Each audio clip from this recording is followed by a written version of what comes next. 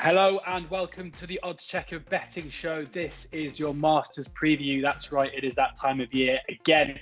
I'm your host, George Elek, and I'm delighted, as I always am on our golf shows, to be joined by oddschecker's very own tipster, Niall Lyons. And making his debut today from 21st Group is Justin Ray. Justin, as you're our new guest, I'm very excited to have you indeed joining us ahead of this Masters preview. Can you tell us a little bit about yourself and what you do and what 21st Group do as well? Yeah, sure. So my title is Head of Content for 21st Group. I work on a number of different things related to golf. I work with Sky Sports 20 weeks a year, write for The Athletic during all the big events, work with the LPGA Tour on their KPMG Performance Insights. I work with the Stacey Lewis and the U.S. Solheim Cup team in terms of like strategy and things like that. We work with brands. I've got my hands in all kinds of stuff, but it's all tied back to this sport we all love. Trying to tell the best stories possible with data. Yeah, really interesting stuff. And now, you and I are both quite into the data points. I'm very much in my football work, where I do a bit of work with 21st Group as well. So I know the guys there. Maybe one day, Justin, will bump into each other in the offices when you're over in London. But yeah, I mean, no, the stuff that these guys do is obviously very useful to those of us trying to find a bit of an edge. Yeah, 100%. I don't know what we'd do without them. How did we get by 10 or 15, 20 years ago? And although maybe the betting markets were a shade more easier to make money on now because, everybody has that information out there now. It's freely available. So maybe it's tougher now than it ever was, but we'll have a go this week anyway. Yeah, we absolutely will. Now, how's it gone for you so far this year? We've seen a whole, it felt like in the last couple of years, within the betting markets, like it was fairly predictable that the winners were coming from a certain chunk of the market. Not in 2024, where we're seeing a lot of big price winners on the PGA Tour, a lot of surprise results. How have you found it? Yeah, well, I'm absolutely delighted to be ahead for the year and comfortably ahead at that as well. See Jake Knapp and at 50 to 1 and Austin Eckroyd at 100 to 1. Those two winners really, really help. We got Scheffler as well. So for the three winners so far in the PGA Tour, Jake Knapp and Austin Eckroyd were obviously two totally different tales. We didn't really know what Jake Knapp was going to come up with in the final day in Mexico, having a 4-shot lead. But boy, did he give me the willies over that front nine. And then, I thought that he had absolutely no chance there. And his recovery work down the last 9 holes was absolutely tremendous.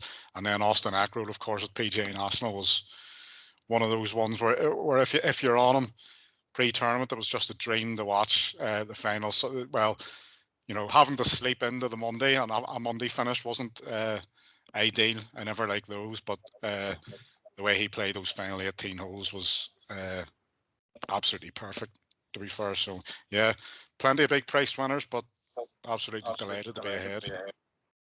And Justin, talking there of Knapp and Eckroyd, we obviously saw Malnati win a couple of weekends ago as well. I mean, there's a lot of talk around, what's happened to the PGA Tour, I guess, off the back of LIV taking a lot of the golfers who'd normally be towards the top end of the market in the PGA Tour events. And I guess that's now working its way into events like the Masters, where there are fewer LIV players playing, and you've got players like Eckroyd making their debut this time around. Do you think there is like a weakening of the field generally going into these, or do you think these players are there on merit and maybe it's just that they've got their breakthrough in terms of getting in the winner's circle a little bit earlier than they maybe would otherwise? Yeah, there's a little bit of that. I think that's just a natural occurrence when you take players of nature like Dustin Johnson, Brooks Koepka, Cam Smith, and move them out of the field, then inherently it's going to be a little bit weaker. I think that's what makes these major championships this year so interesting, though, is that we're finally getting all these guys together when we haven't been able to see that over the first 4 months of the season. There's a little bit of an ebb and flow in terms of, first-time winners and unexpected winners in the sport as is. And I think maybe there's just a little bit of a perfect storm so far this year in terms of, these guys are getting a few more opportunities because there are some players who are not in the field, but this naturally happens sometimes at the beginning of seasons and in stretches on the golf calendar normally, and it's all kind of come to a head this year with all the unexpected winners we've had. So, but like I said, I think that just makes what we're going to experience at the Masters just all the more exciting because we finally get to have Koepka and Rahm in the same field with Jordan Spieth and Justin Thomas and Scottie Scheffler. So it adds a little bit more emphasis to these big weeks. Yeah, it definitely does. Well, we've got a lot to get through. So let's start looking at the weekend's golf. We are recording this due to Niall having Niall and Just having busy calendars next week. I've got absolutely nothing to do next week. I'll be poring over the data Monday through to tee off on Thursday, trying to limit how many bets I have, I reckon. But we're recording this at about 3:30 on Friday afternoon. So they're just teeing off the second round of the Valero. Obviously, that means this is caveated by some of the players that we're talking about may do different things over the next couple of days. Rory McIlroy might win by 10 shots, which would affect the way we talk about him. He might miss the cut. Unlikely after his decent opening round on Thursday, you have to say, although you never know with Rory. But now looking ahead, last year was a bit of a funny Masters because we had big issues with rain. It was a stormy weekend, which means that given the November Masters as well, when you're looking at the last 4 events, there are 2 where the conditions weren't necessarily how you'd expect them to be. What's the forecast looking like this time around, and how much does that impact the way you look at the form in those 2 events? Yeah, well, certainly when Dustin won during the COVID year, it was extra soft, and you see that in the scores. I think he shot 20 or 21 under par or something. Usually we're looking around the 10 to 12 under mark to win this, so it was a lot easier that year. And you say there's an asterisk next to his name for that win. yeah. And, but like last year was, as you say, it was quite stormy. It was very cold the start of the week as well. And although we had a winner in John Rahm, he has faced those conditions before, and he won at Port Stewart in tough conditions, and he's won on links, a handful of times as well. He won, but only 3 of the top 15 were non-Americans, so it doesn't tell us much in terms of does a cold week or a blustery week or thunderstorms change the results, so to speak. I don't think it does. It obviously, if the course was softer, it's obviously going to suit the longer hitters. And I think there is some rain forecast, maybe Tuesday, Wednesday, and Thursday. But I think at the minute, as far as I can see, thereafter it gets pretty dry. Maybe you've got a more insightful forecast being over in the States, Justin. Not much more than what I've read from folks who are on the grounds already for the Augusta National Women's Amateur, and the early feedback is that the course is in immaculate shape. My forecast that I saw, look, that's always a malleable thing, obviously, and I'm only looking at my phone. I'm not a meteorologist, but it looked pretty good for the week. I mean, a little bit, maybe chance of rain early Thursday, maybe early in the week, get a little bit, but maybe that'll soften up the golf course just a little bit. I don't think it'll be obviously to the extent we saw last year. I mean, you mentioned kind of the little bit of miserable conditions. I thought what was really interesting was just how many fairways players hit and how maybe the softening of the course lessened the rollout. The field hit 75% of the fairways last year. That was the highest in any Masters since 1998. It also led to the misses when you did miss the fairway being a little bit more penalized. There was the second lowest greens in regulation rate after a missed fairway on the PGA Tour last year at Augusta National, and that's not normally what we see. So I think there's going to be maybe a little bit of a lessening of that. That might not be a trend that continues with the better conditions, but yeah, it's the weather looks pretty promising, and the early returns from everyone out in AMLA is that the course is in immaculate shape. I guess, Justin, do you think that the fact that it was softer and therefore less rollout might explain why you look at the 3 players who went into Sunday with the best chances in Koepka, Rahm, and Hovland, 3 guys that hit the ball absolutely miles. So in terms of it suiting the bombers, we know that Augusta is a track where generally big hitters do well. And I guess that brings me on to the next question, which I've asked Niall every year for the last 6 years, so I won't ask him again this year. But, there's always so much talk about what player thrives at Augusta. It used to always be the talk that it was putters who, you had to putt well, but then kind of as the data revolution in golf came out, it seemed like that was less the case. Then there was the whole, you can't fade it. And then, Dustin Johnson went and won with the lowest score ever at Augusta 4 years ago.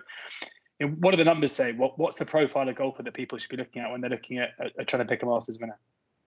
So the adage that Augusta National is a second shot golf course has really proven true in the modern era of data, like you mentioned.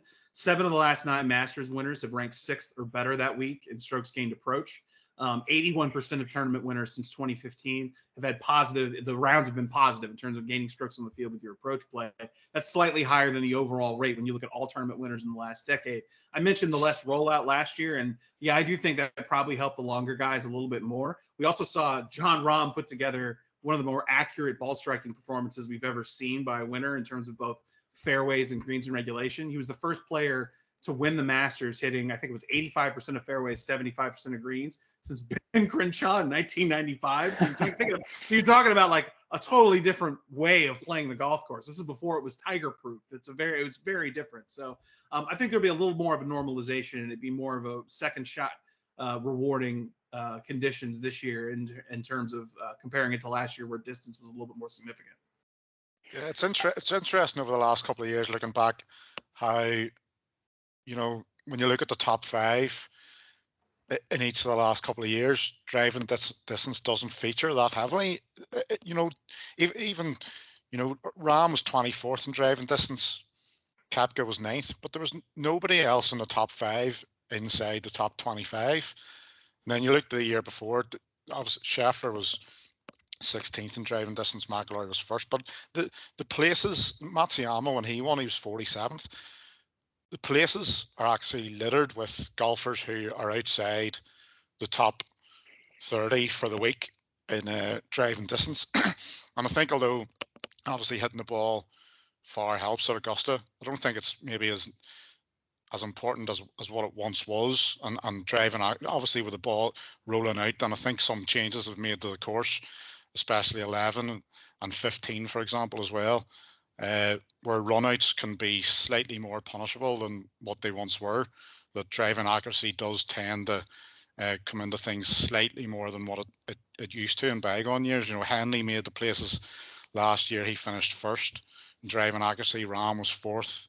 But driving accuracy certainly in the stats features a bit more prominently than what it used to. To your point, Niall, the last 3 years, a missed fairway penalty at Augusta National has actually increased by about 1/10 of a shot. That doesn't sound like a lot on the surface, but that adds up over the course of 72 holes and can be a little more valuable. I think it speaks to the changes that they made in response to, 2019 was the lowest scoring average that we'd ever seen at the Masters over 72 holes, and then we had the record-breaking Fall Masters too. So I think that the changes that Augusta made probably modified that just a little bit and made misses a little bit more penalizing. And interesting, Justin, I noticed you tweeted yesterday the 5 players, or in the last 5 years, the most birdies and eagles at the Masters.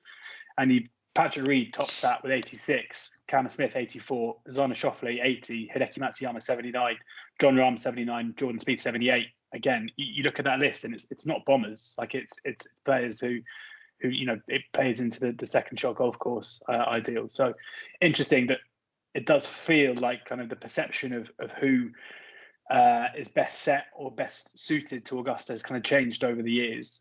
Let's look at the market itself. I'll run through the oddschecker grids. Here up on the grids or up on the app, you can find the best prices, the best bookie offers, free bets, best place terms as well. Boyle Sports already pushed out to 8 places. I'm sure we'll get more and more as we get closer to tea time on Thursday. And obviously Niall's tips will be straight to the app when he does post them early next week. And the selections he put up today, purely indicative rather than set in stone as to what they're going in that column. Scottie Scheffler is the 4-1 favourite. That price has tumbled from about 9-1 a few weeks ago. Rory McIlroy 11-1, John Rahm 14-1. Brooks Koepka 20-1, Xander Schauffele 20-1, Jordan Spieth 22-1, Hideki Matsuyama 25-1, Wyndham Clark and Ludvig Aberg, as we'll talk about later, 2 rookies, both 28-1. Joaquin Niemann, the star player on the LIV Tour this season, 28-1. Cameron Smith 33s, Will Zalatoris 33s, JT 33s, Hovland, obviously so good for the first 3 rounds last year, 33-1. Patrick Cantlay 33-1. We could go on. A lot of quality players in there, but we've absolutely got to start with the man at the top of the field and the man who's topping leaderboards left, right, and centre, Scottie Scheffler. I mean, he's already a Masters winner, Justin, and he's the kind of price in the market that we haven't seen since Tiger in his prime, really. How good is Scottie? If Scottie putts average, he's going to be very difficult to beat. I mean, if he just putts a little bit better than he has on average over the course of the season so far, he's going to be really hard to beat. That's how big the gap between himself and the field is from an approach play perspective. It's mammoth.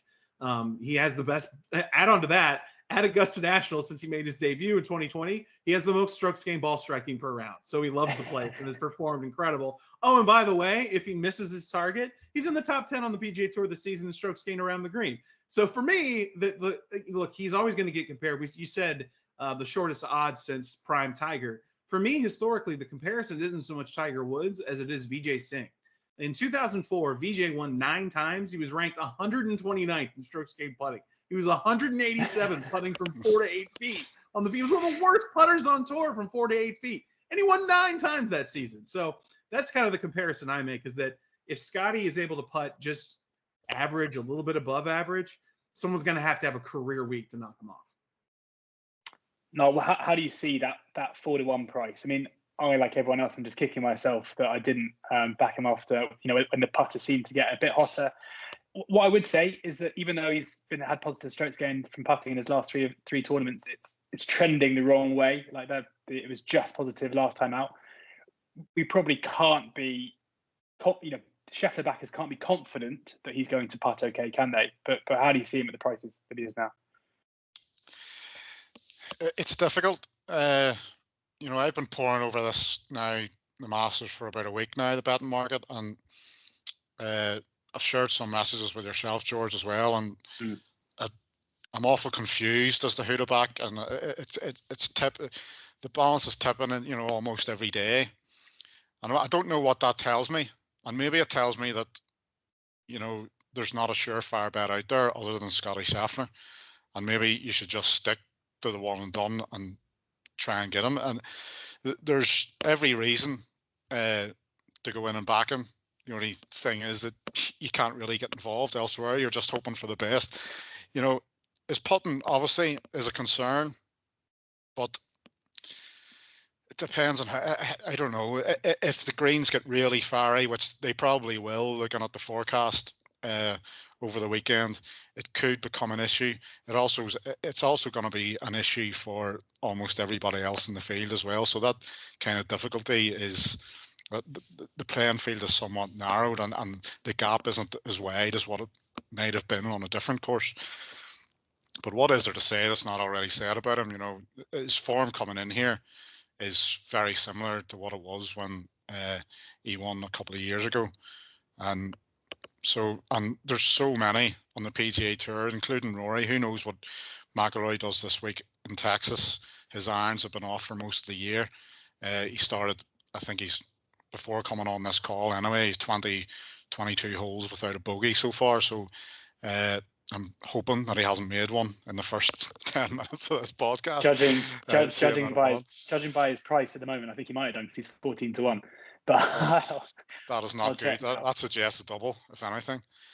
But I mean, it would mean that he hasn't made a bogey. So no, it's just one. He's bogeyed. Yeah, he's got a shot, but he's still 3 under. But there's so many of them on the PGA Tour that just haven't fired this year. Cantlay for one, Hovland, which we maybe talk about later, is another. It's relatively weak from some of the game's big hitters, Spieth included, until this week. Who knows? What he started well today, but so everything points towards Scheffler, and certainly I could not put anyone off even getting involved at the price of 4-1. I don't want to put you on the spot in terms of putting numbers out of nowhere, but like watching Scheffler last year at Augusta, despite the fact that he ended up finishing tied 10th, it felt like he basically solved it. Like from tee to green, I hadn't seen anything like it. He was giving himself so many chances on every hole. I think, if I remember correctly, he was either last or kind of bottom 5 for strokes gained putting in the whole field.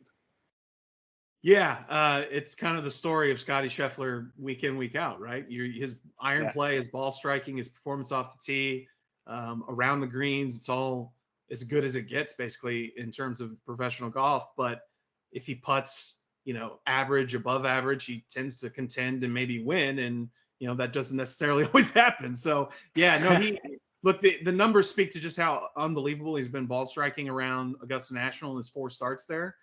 Top 20 finishes in all 4 of the times that he's played at the Masters.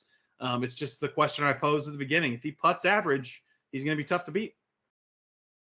Well, let's move down the list a little bit and talk about Rory. Niall, you put him up a fair chunk. I was a 4 points win this weekend. He started pretty well, despite that bogey that I had to inform you about just now. It does kind of feel like, because he's second favourite, so and he'll probably go off second favourite regardless what happens over the course of the weekend. But it does, well, at least to me, feels like the weight of expectation, partly because of Scheffler and partly because of his middling form in the PGA Tour, means there'll be less pressure on him. There's not quite that burden of expectation that we know sometimes he does falter under. Could that help him? Yeah, I think it definitely could.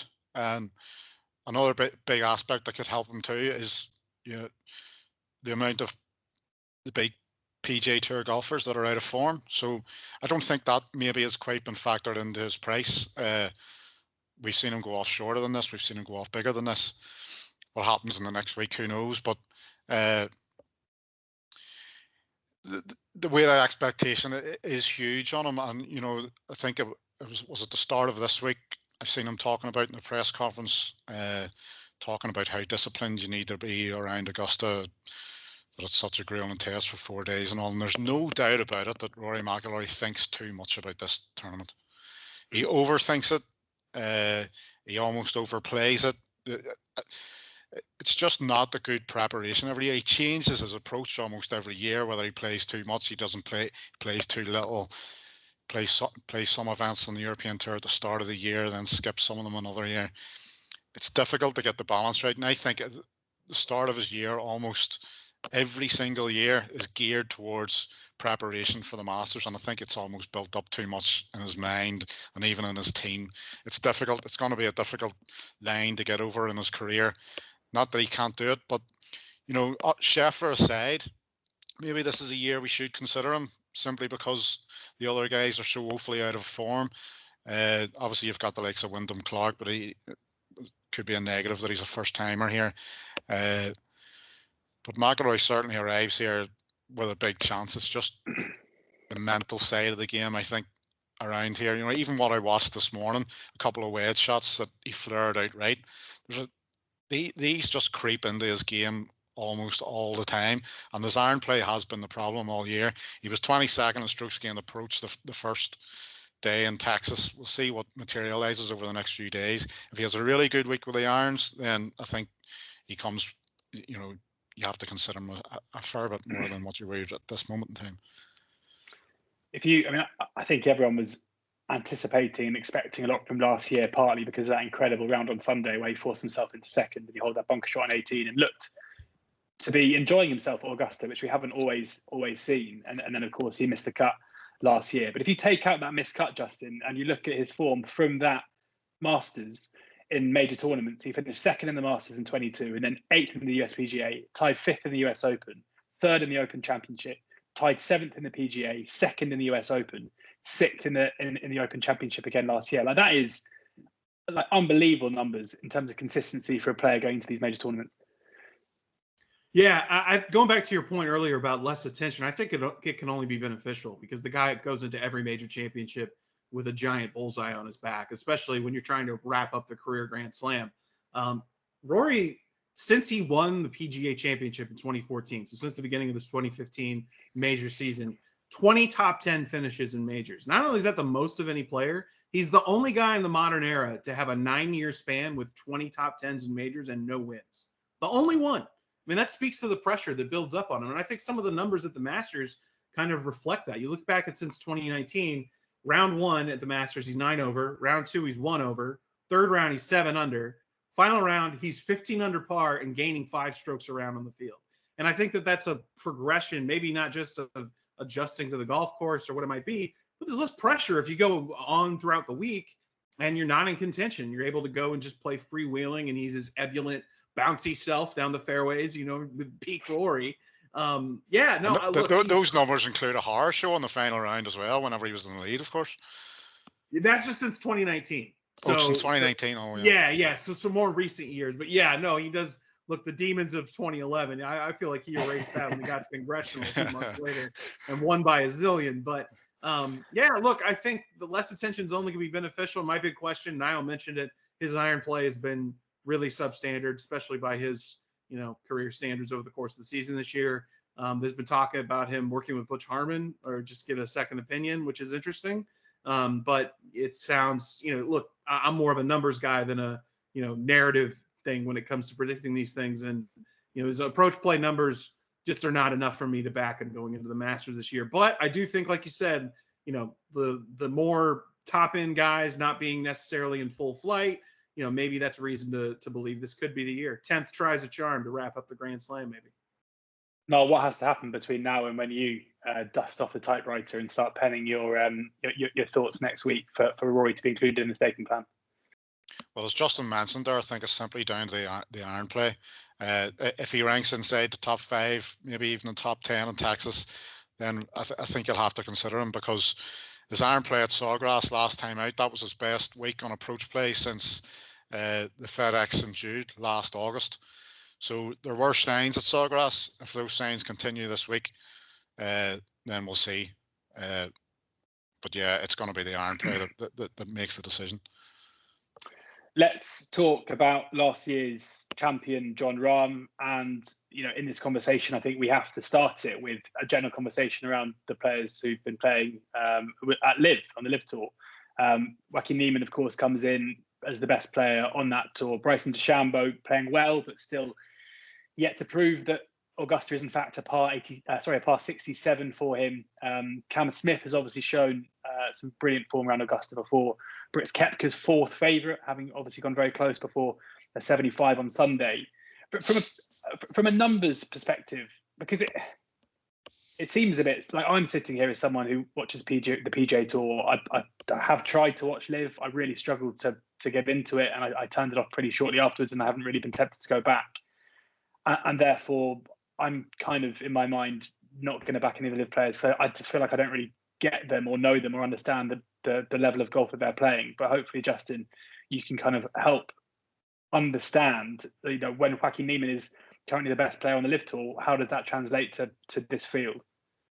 Well, the first thing about LIV is that they just haven't played that much golf. I mean, I think that there have been 4 events, and then the Miami event's going to start here in a few hours after we go finish up this podcast. But look, they released their first cluster of strokes gained data from the course of the season. This is something that I've seen a little bit of behind the scenes, but this is the first time it was made publicly available by their media people. Niemann's approach play numbers are pretty promising, more than a stroke gain per round on what they dubbed medium length approach shots. But look, it's 12 rounds to deduce from. And look, Niemann's been their best player out there, and maybe he's somebody you take more of a look at simply because of how good his approach play has been, but he hasn't done a ton of major championships so far. When it comes to a guy like Brooks Koepka, being at LIV almost doesn't change what your approach on him, because when he was on the PGA Tour, he didn't seem to take the regular events overly seriously, and he said as much. And in the major championships, since obviously 2015, he's been the most successful elite performer year in, year out.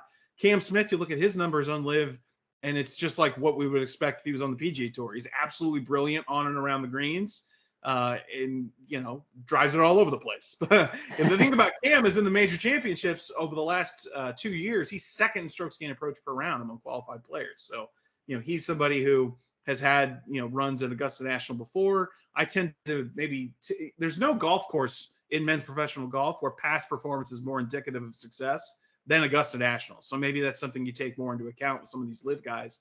Your par 67 reference to Bryson, I find amusing.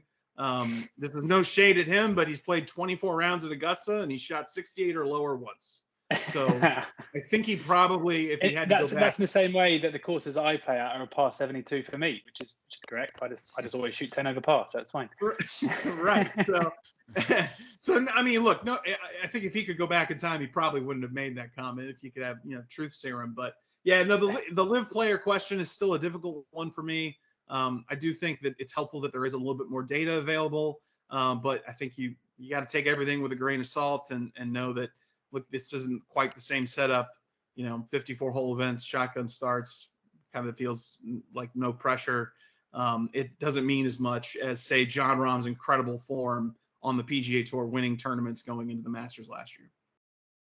I know this is something I mentioned to you when we've been exchanging a few messages over the last couple of days.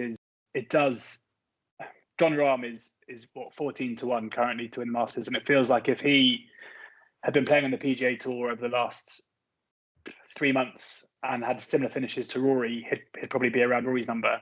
And to me, I wonder if that makes sense. Like, has Jon Rahm become a worse golfer because he's playing fewer events on LIV in such a short space of time. But I know you haven't been too impressed with what you've seen of him over the last couple of months. Well, I'm surprised his results just haven't been that better. I thought he would mop up a couple of these events pretty quickly, and it hasn't materialised. His results aren't that bad, two 8th places, a 5th and a 3rd.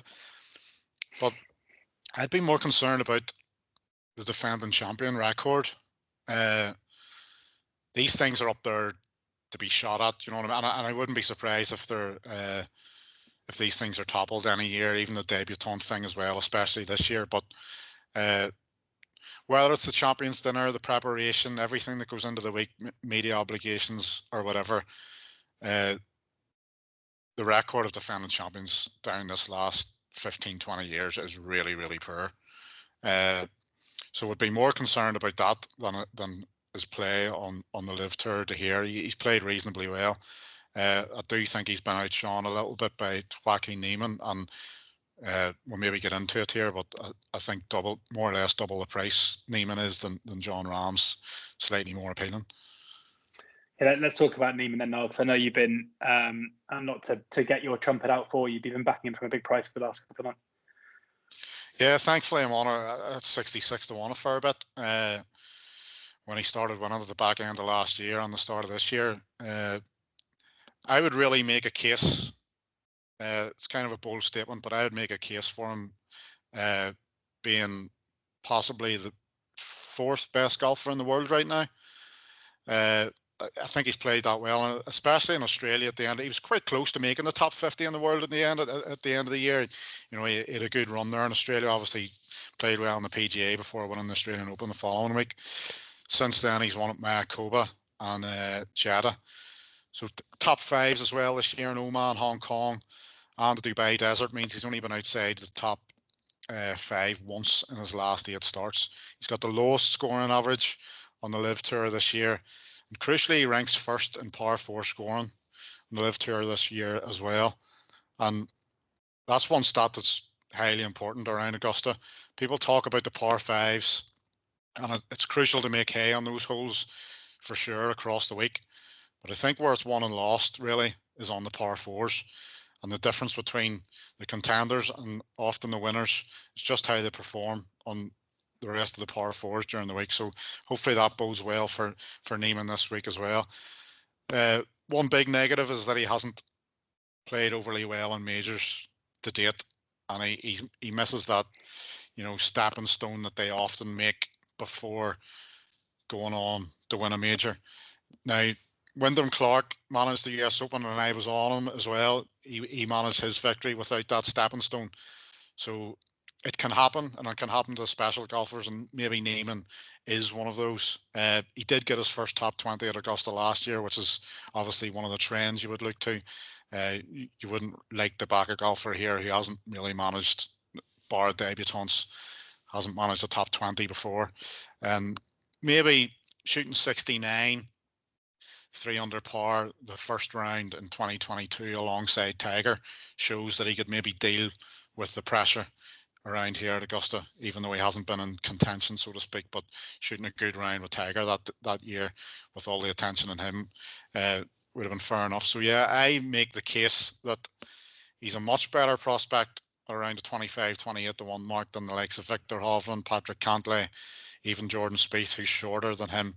I think he makes more appeal than Ludvig Aberg as well, who I'm in agreement with everybody else, an absolute superstar, and I love him. But I certainly think that Niemann could be, alongside maybe Schauffele in the market, his 4th or 5th favourite here, and anything bigger than 20 to 1 still appeals, even though I'm on at much bigger prices. Yeah, that 28 to 1 is with BetVictor, Betfred, and Star Sports and Betway. If you agree that Niall that Niemann still looks a big price. You mentioned Aberg there, so let's talk about those 2 rookies in Wyndham Clark and Ludvig Aberg, who've Clark obviously comes into this as a major winner, so talking about him as a rookie in any sense is a bit ridiculous. But Justin, they look to be 2 guys, especially when we talk about a second shot golf course, distance not really mattering, but good approach. Sorry, distance not having distance being no bad thing, but but having a laser-like iron play, I mean, they fit the bill, don't they? Yeah, the ball flight of both of those guys is the first thing I think of, in terms of the shot shaping ability and just the sheer, height at which they're able to hit their irons and get into tight spots on greens. It's what translates to being an elite player in the game today.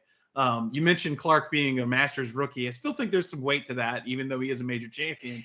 He's the first player to make his Masters debut as the reigning U.S. Open champion since Orville Moody in 1970. I just think it's a crazy storyline. And Niall mentioned that. How did Orville get on? What's that? How did Orville get on? I think he finished in the top 10. I got to go back and look, but he had a good week. But he's got a great name. Yeah, it is. It's a great old time golf name from back in the 70s. But yeah, look, Niall mentioned this kind of stepping stone nature to winning a major. You think about how many close calls Jason Day had before he broke through and won, how many Jim Furyk had, Phil had. It's rare that you get the guy who goes from a PGA Tour middle of the pack type player into just the utter superstar status that Clark has enjoyed over the last 12 months or so, since less than that when he won Wells Fargo last spring. So both guys are interesting to me this week. They're going to get a lot of conversation because of just the sheer talent ability. Aberg was the first player to ever play in a Ryder Cup before playing in a major. It's not just his Masters debut; it's his first major period. So it's kind of brand new territory for him. But he's so immensely talented that I don't think anyone's going to be surprised. I'd be surprised if he contends Sunday, but if he goes out and shoots a 67 or something in round one, I don't think anyone's going to be overly shocked. I think just this year, I don't ever remember. Don't remember many debutants, never mind two, in the market who are around the 25-1 mark. I can't recall anybody in recent years being this short who's a debutant, and now we've got two this year. It's definitely the most likely year, I think, that we see a debutant winner. And I really I'm a massive fan of both golfers. I'd favour Wyndham Clark slightly, simply because of his iron play is absolutely tremendous, and obviously he's done the major thing as well. And often we see down the last decade, if anybody wins multiple majors, they win them in a short space of time, which Wyndham is very capable of. He's obviously two runner-ups this year at Bay Hill and Sawgrass as well. He's a big time player, and I would say at this moment in time he's favourite for me. I've got about three guys who have nailed on, who I'm definitely going to bet, but the fourth one who I'm weighing up over, I think Wyndham Clark's favourite to take that spot at the minute, even though he's a debutant. I just can't get a handle on the debutant thing. I think it's going to be toppled any year. I think golfers come on, especially the way that we've seen them breed on the PGA Tour down this last 5 or 6 years, they just come ready. I think the debutant thing at Augusta is going to fall soon as well. I agree. I think it's time to move Fuzzy Zeller off that porch. He's been there since 1979. But you think about Will Zalatoris a few years ago, Jordan Spieth and Jonas Blix nearly winning in 2014. There's Sam Bennett, amateur last year, who was part of the conversation until the final round. It's really just, we saw the first amateur breakthrough and win on the PGA Tour since Mickelson earlier this year. The guys come in more ready, more used to big time golf. The scope of these college and junior golf tournaments in the United States, they're playing against these guys since they're young players, like 11, 12, 13 years old. So players are more primed than ever to step into these big moments and not be overwhelmed by it. So I agree with you, Niall. It's just a matter of time before it falls, and it might happen this year. Do you think part of that could be to do with the way that players now use data to prepare for tournaments, where if you go back 20 years or so, debutants were basically coming in blind and having to learn on the job, whereas now I can be pretty confident. I don't know whether they're 21st group clients or not, but Wyndham Clark and Ludvig Aberg will turn up knowing exactly what they need to do, and will have their kind of course management already mapped out, despite probably having never played Augusta National until the week. It certainly helps. I mean, remember the mythology around Ben Crenshaw and his local caddy from Augusta National, and that was the key to him unlocking some of the secrets. You don't need mythology at this point. Like, we have all the data and all the information. If you want to learn as much as you could possibly conceive wanting to learn about the golf course. Augusta still does a pretty good job of keeping things a little more under wraps than other places, but yeah, it's all there, and I think that's a great point. It does add to the level of being able to have some semblance of experience and knowledge before you've ever stepped on property. Let's move on to someone I know you're very keen on their chances this weekend, Xander Schauffele, who is 20-1 currently, has kind of become that player on tour who seemingly can't get over the line. You know, he's got 7 professional wins in his career, but had no wins since 2022. Went close at the Players a couple of weeks ago with back-to-back fives in the back nine, letting Scottie Scheffler march through with that incredible 64 on the Sunday. But Niall, in terms of, again, major finishes, someone who has been knocking on the door to win his first major for, 5-6 years now, and a decent Masters record, and coming in very good form, it's not hard to make a case for his chances, is it? Yeah, absolutely. And when you're scrambling about in the dark with some of these golfers who aren't in great form this year, and if you don't want to back Scheffler at 4-1, I think Schauffele's got to be your next point of call. You mentioned there his major record. He's got 15 top 20s in his last 19 majors. It's an absolute unbelievable record, and you'll probably get around 4 to 5, maybe a top 20 finish next week, which could be a bet in itself. But I think there's a narrative around him here about not getting over the line that's slightly harsh. His last victory came at the Scottish Open in July of 2022. Look at the golfers around the same price bracket, and you'll see similar. Jordan Spieth's last win was April of 2022. Patrick Cantlay's was in August of 2022. Justin Thomas was in May of 2022.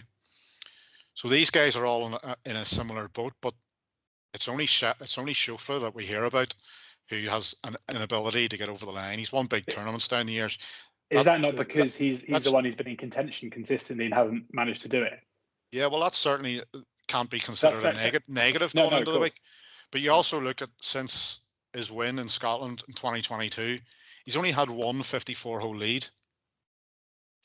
So maybe everyone's just being slightly harsh on not getting the victory in that time.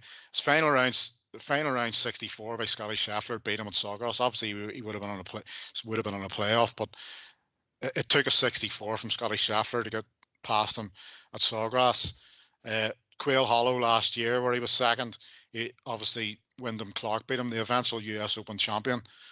He was alongside Hovland in the Tour Championship over the 72-hole market, shot the same score. They were 7 clear of third place.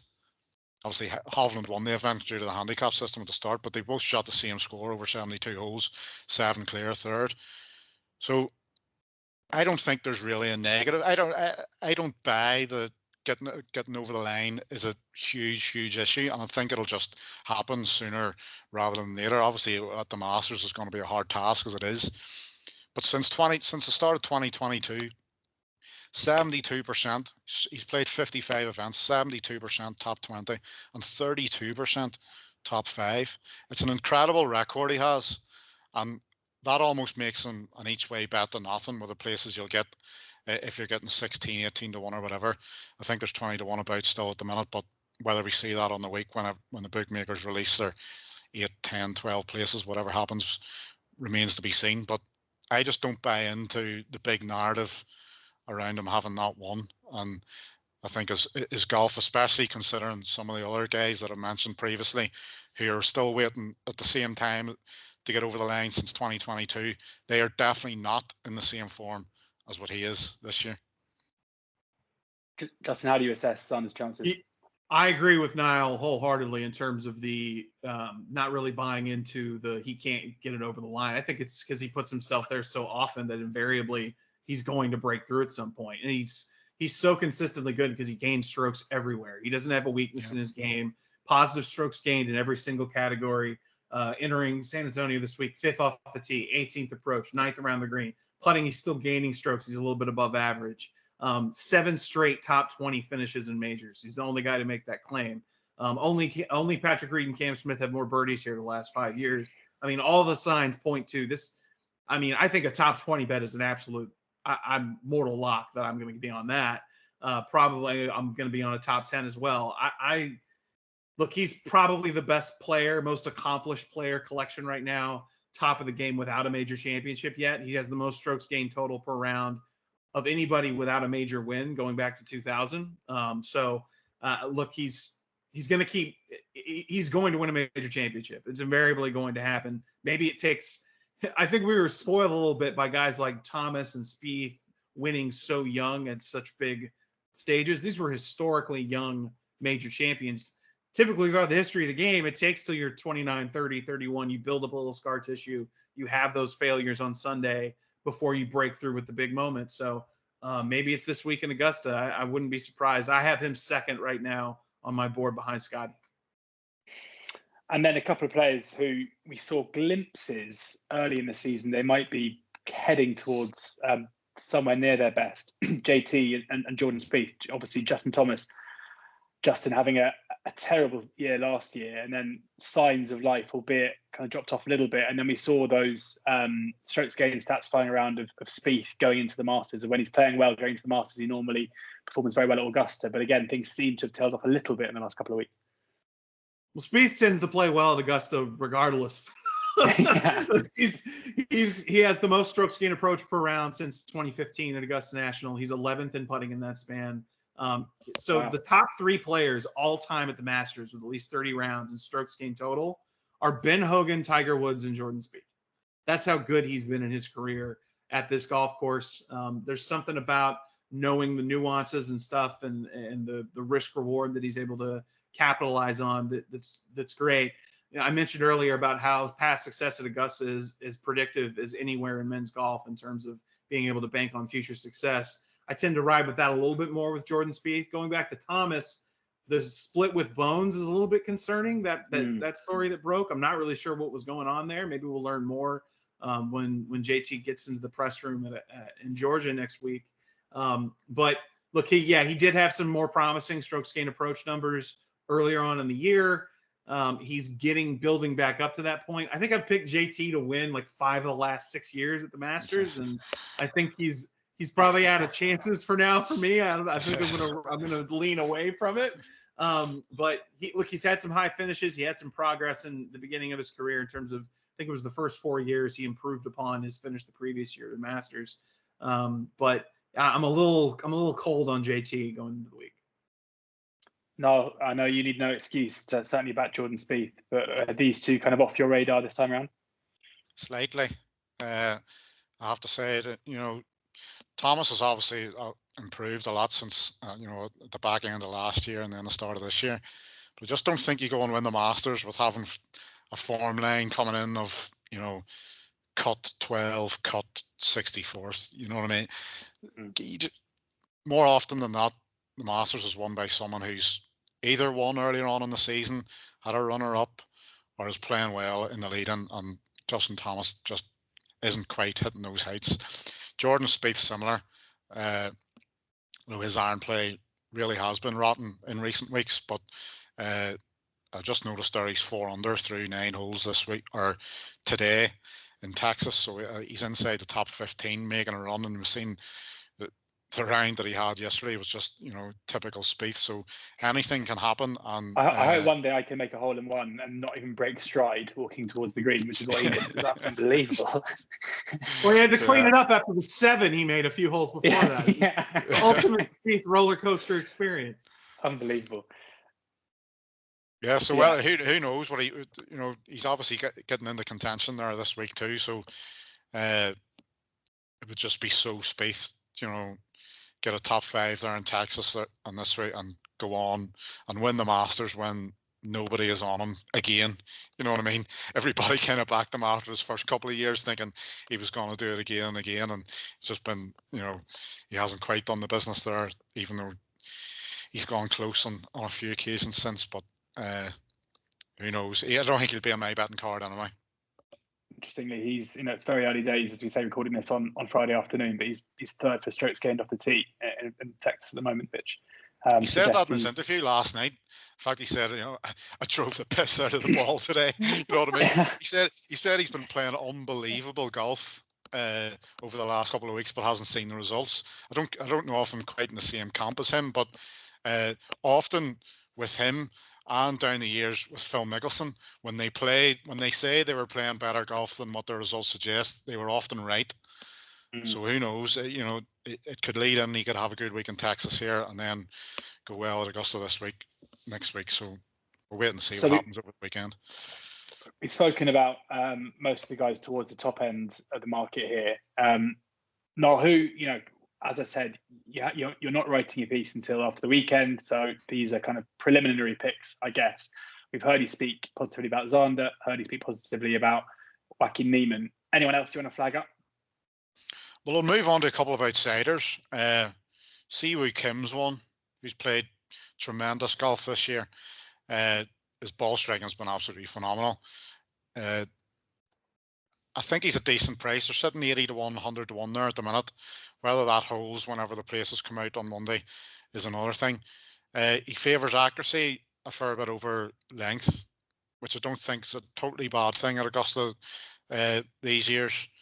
And he's having a solid year all around. He doesn't come in with winning form or anything like that, but he's having a solid year.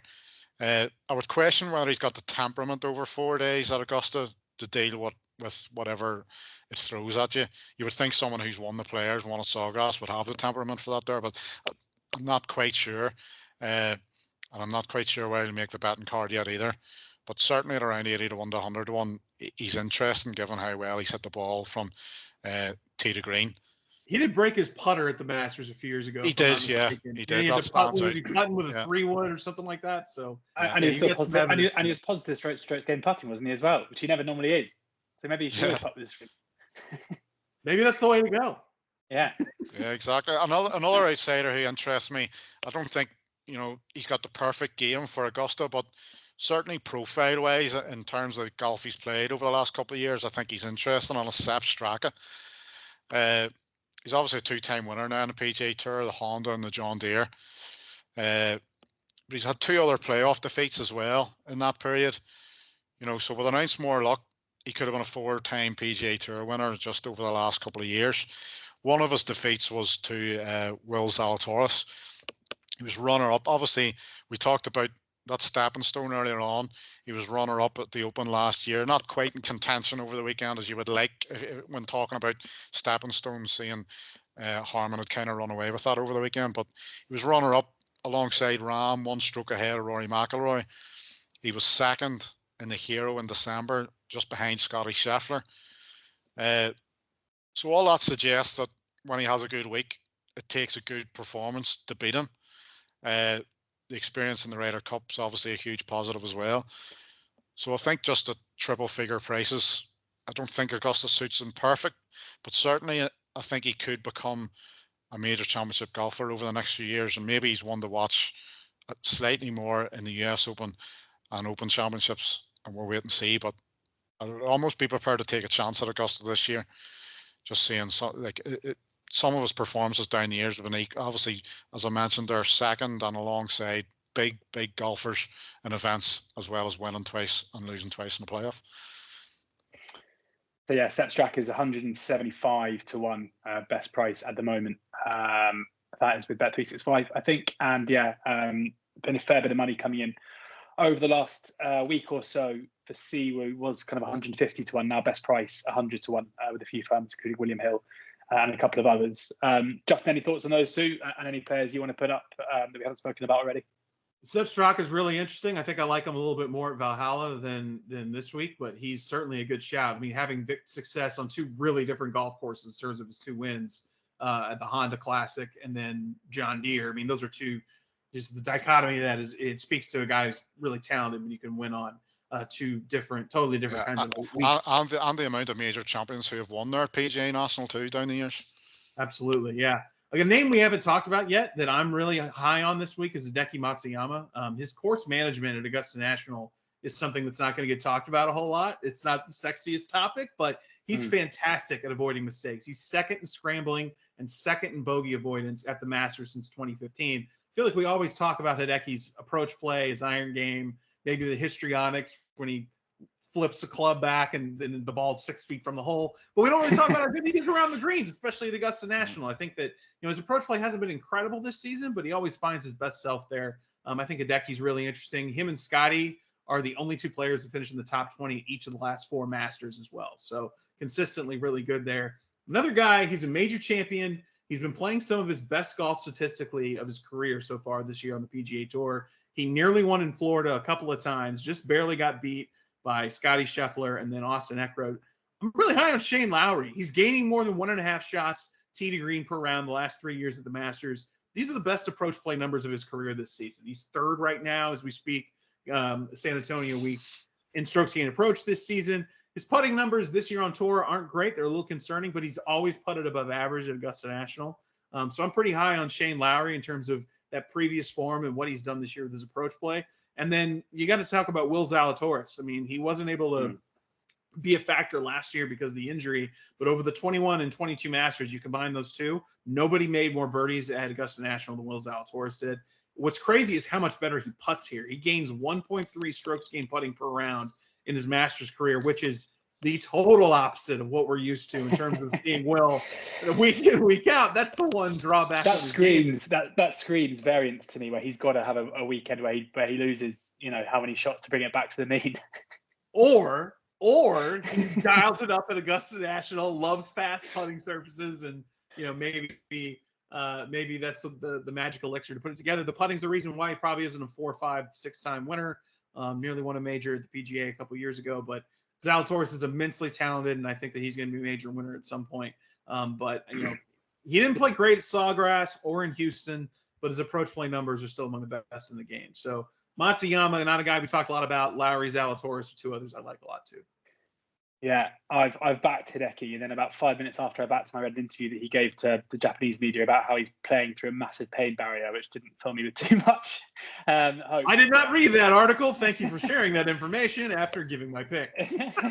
but I mean, it's interesting because Ben Coley, who's a friend of the pod, he's been on this pod before a couple of times. He does this incredible player-by-player guide, and he wrote in his Hideki piece that he tipped him in 2016, 17, 18, 19, and 20, and then left him in 21. And then, of course, he won, which I think, Niall, if you read back through our WhatsApps, I think I did something similar to you every year saying this is Hideki's year. And then I'd had enough of being on that Masters app and seeing him hit the ball 6 foot on every single par 4 and then seeing him miss a putt and every single time. I just couldn't deal with it anymore. And then, obviously, he went and won. Since I'm joining the show, that speaks highly of Justin Thomas then, because I've picked him like 5 straight years. Yeah. Now, when I don't, invariably he's going to win. Hideki's 28-1. That's best price with Betway. Zalatoris 33-1. That's best price with Live Score Bet. And Shane Lowry is 50-1 with a few firms.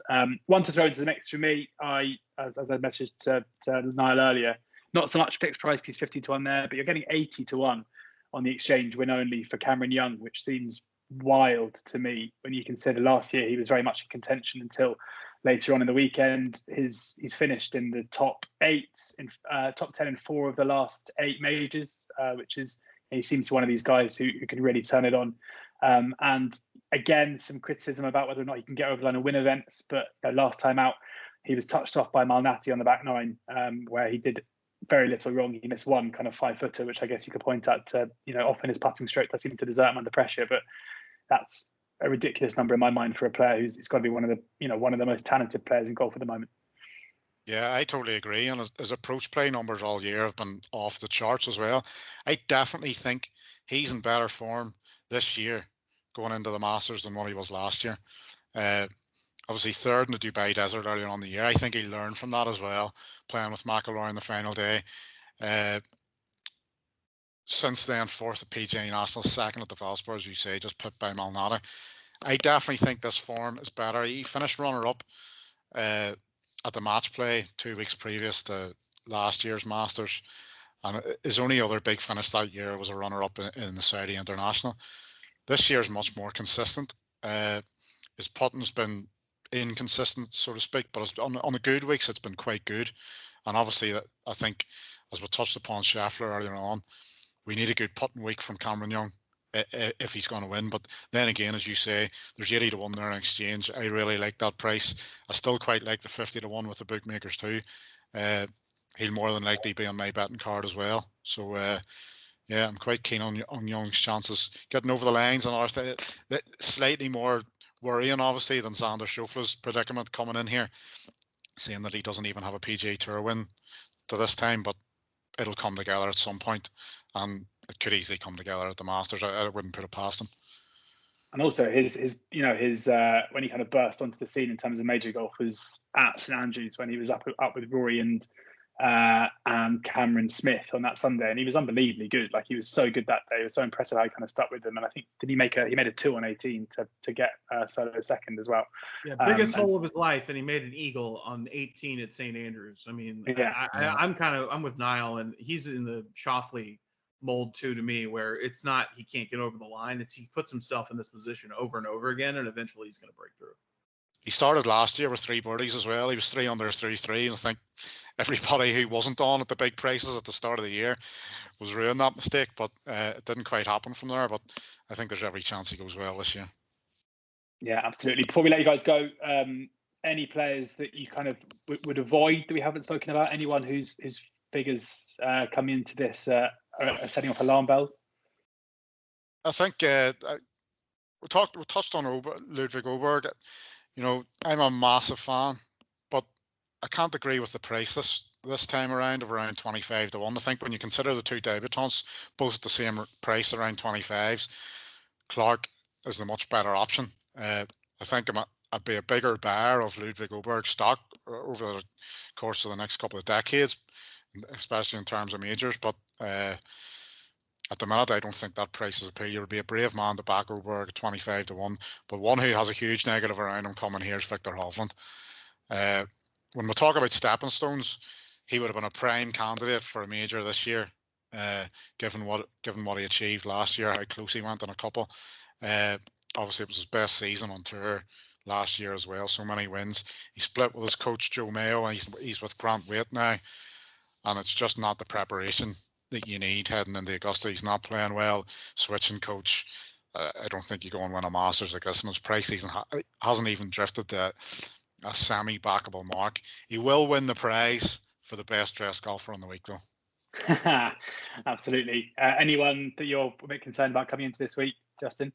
Hovland is a guy I have underlined 7 times as to avoid. I mean, if we did this podcast in December, he might have been one of the guys I picked to win the thing, but going through the swing change, his numbers have just become completely unpredictable, and I'm avoiding him just because of this sheer uncertainty. He's talented enough to maybe it's going to come and bite me, but it just hasn't been there. He's not the same guy right now as he was last year, even before the Masters, let alone late in the year when he was the best player in the world. I'm sticking away from JT again. Like I said, this will be the year that I don't pick him and he succeeds. But the Bones thing really threw me off. I don't know what's going on there. He had kind of that encouraging start to the season, but big numbers popped up. They're kind of plagued him last year. The double bogeys, they kind of popped up the last couple of weeks on some tougher golf courses. And then a guy who, he was paired with McIlroy that final day. They had that unbelievable finish a couple of years ago. Colin Morikawa has gone from incredible with his irons to simply above average. And he's not a guy who the other parts of his game are strong enough to overcome a dip in his iron play. So I'm kind of sticking away from Colin. He played well day one in San Antonio, so maybe he proves me wrong. I wouldn't be surprised, but he's somebody I'm avoiding. Great stuff. I wanted to mention one more thing here, George, before we log off. And it's not one to fade, but it's just one to keep an eye on over the weekend. I've just looked at the Texas leaderboard, and Russell Henley is in the 4th place, 3 behind the leaders. He got his first top 5 at Augusta last year, and his numbers are off the charts this year as well. Certainly has the approach play, has the doggedness and determination. He's a great character as well. I think he's one who could get over the line in a major in his career. So playing well this week with what he did last year at Augusta is certainly one to keep an eye on over the weekend, and maybe it's one to steal a price on Saturday and Sunday if he looks like winning this event. Him and Tom Hoge, I think, are the 2 most underrated players on the PGA Tour right now. Yeah, well, Hoge, I don't think's in the field, does he? No, but Henley currently 100 to 1. That was irrelevant to the conversation for next week. Yes. Sorry, I'm just chiming in unnecessarily. But yeah, I like Hindley. He contended that U.S. Open a couple years ago when John Rahm won. He pops up on major leaderboards every now and then. I'm with Niall. He could be a prime. Another Georgia guy like Brian Harmon. Maybe he has a week like that at some point in his career in the next couple of years. Great stuff. Thank you very much to both Niall, as ever, but also Justin for joining us from 21st Group today. Fascinating insight as ever. Hopefully we've talked up the winner and not faded him, but we'll find out next week as well. Make sure you check out oddschecker or download the app where you can find the best prices, book your offers, free bets, and the place terms and Niall's tips when they're finalised will be over Monday. Yep, Monday afternoon around midday. Monday afternoon.